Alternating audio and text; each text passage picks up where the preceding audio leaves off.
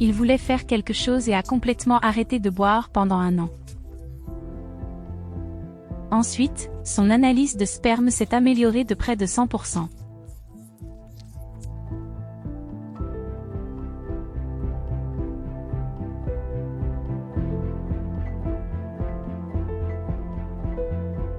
Sur cette vidéo, il est vraiment facile de voir que c'est une analyse de sperme normale, voire presque normale. Nous avons une densité appropriée, les spermatozoïdes se déplacent réellement dans toutes les directions et la morphologie externe des spermatozoïdes est également normale, sans anomalie. Cela signifie que vous pouvez voir qu'il est judicieux de commencer une thérapie appropriée. C'est-à-dire changer de mode de vie, peut-être perdre quelques kilos, réduire au moins la consommation de nicotine, idéalement arrêter de fumer à ce stade, et réduire la consommation d'alcool.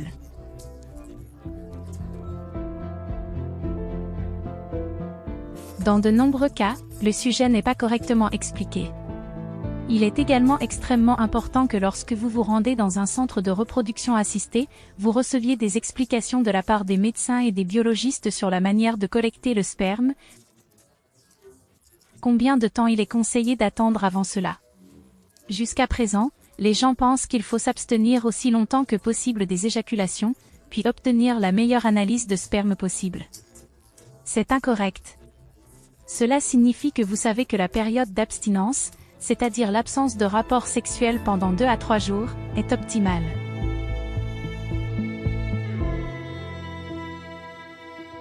Malgré l'amélioration de l'analyse de sperme de Stéphane, cela n'a pas aidé. La grossesse ne se produisait pas. Pendant ce temps, des examens sont également effectués sur Léonie. Je suis jeune. Pourquoi aurais-je besoin de FIV? Je n'ai pas besoin de FIV. Je n'ai pas 40 à 45 ans. Ma carrière est devenue plus importante pour moi, et j'ai toujours été en bonne santé. Tout allait bien pour moi. Je n'ai jamais eu de problème. Je ne bois pas d'alcool du tout. Je n'ai tout simplement jamais fumé de ma vie. Alors, qu'est-ce qui ne va pas chez moi? C'était un peu comme un coup à la tête. Quelque chose ne va pas chez toi. C'est à cause de ça, oui. Et si vous recherchez ensuite sur Google, tout devient encore pire. Cela rend tout simplement fou.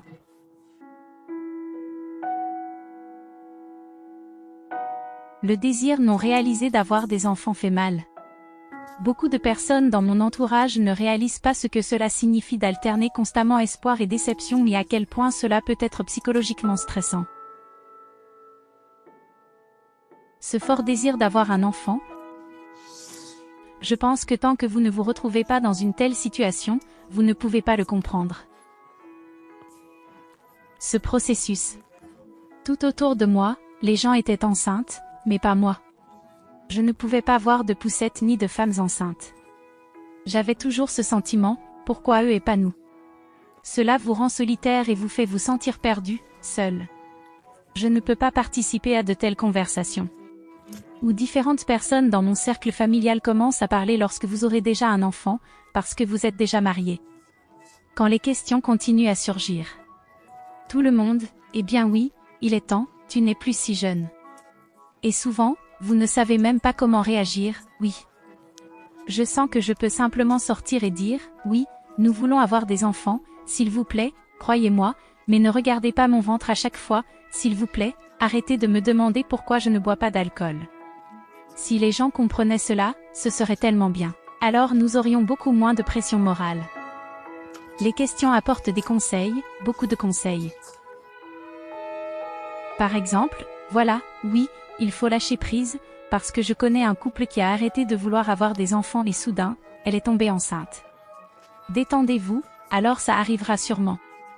Vous êtes sous un tel stress intense, si vous ne vous détendez pas, alors rien ne peut arriver. Honnêtement, si cela était aussi simple que de se détendre ou de réduire le stress, et que cela fonctionnait, alors après-demain je partirais en vacances sans aucun problème. Mais ce n'est pas le cas. C'est le corps qui vous montre vos limites. À Kiev, les mères porteuses attendent un examen supplémentaire. Une échographie pour voir si le bébé se développe bien.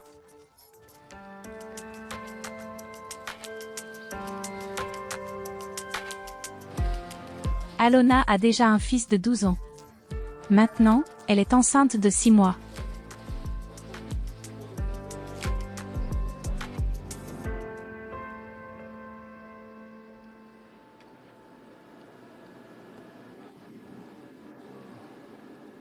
C'est le corps qui vous montre vos limites. À Kiev, les mères porteuses attendent un examen supplémentaire.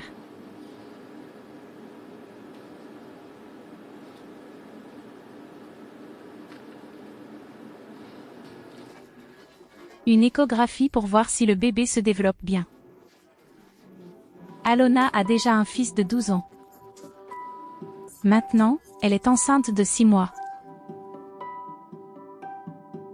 Je n'étais pas mentalement prête lors de ma première grossesse. Je pensais que les choses se passeraient un peu différemment.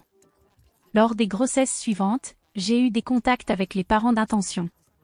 C'était beaucoup plus facile pour moi, car je savais qui ils étaient.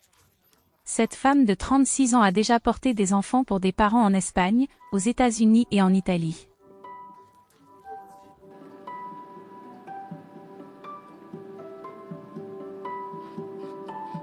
Ce bébé est pour des parents en Allemagne. Lorsqu'il y a un contact avec les parents d'intention pendant la grossesse, cela me facilite beaucoup sur le plan émotionnel.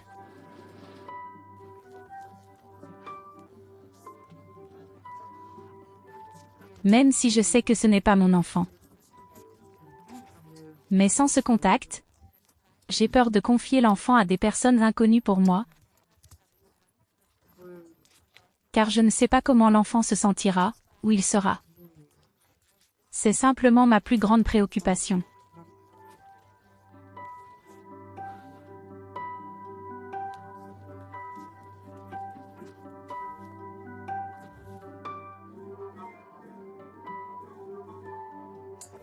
La décision de communiquer avec une mère porteuse ou non ne peut être prise activement que par les futurs parents.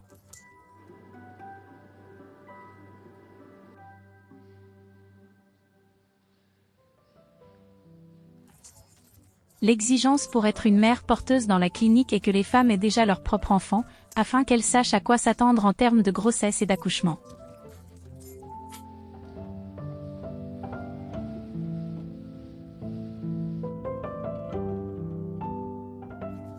Bien sûr, je parle au bébé. C'est une forme d'amour, mais ce n'est pas un amour maternel. Peu importe comment les autres le perçoivent. L'enfant est une grande partie de moi cette année.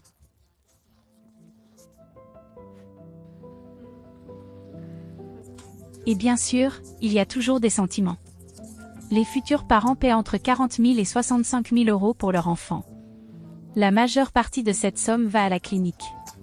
Selon la clinique, la mère porteuse reçoit 22 000 €, ce qui est 6 fois le salaire annuel moyen en Ukraine.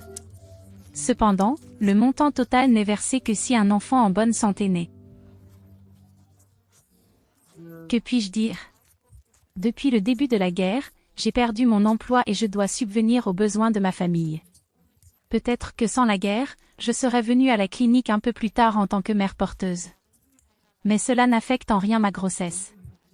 J'essaie de maintenir une stabilité émotionnelle, car il n'y a pas d'autre choix. Nous essayons de rester forts. Les religieux disent que je pêche. D'autres disent que je vends des bébés. Mais ce n'est pas vrai. L'argent est une compensation pour le temps et tout ce qui est associé. Certains couples essaient pendant des années d'avoir un enfant et n'y parviennent pas. Et je rends ces couples très heureux avec un enfant.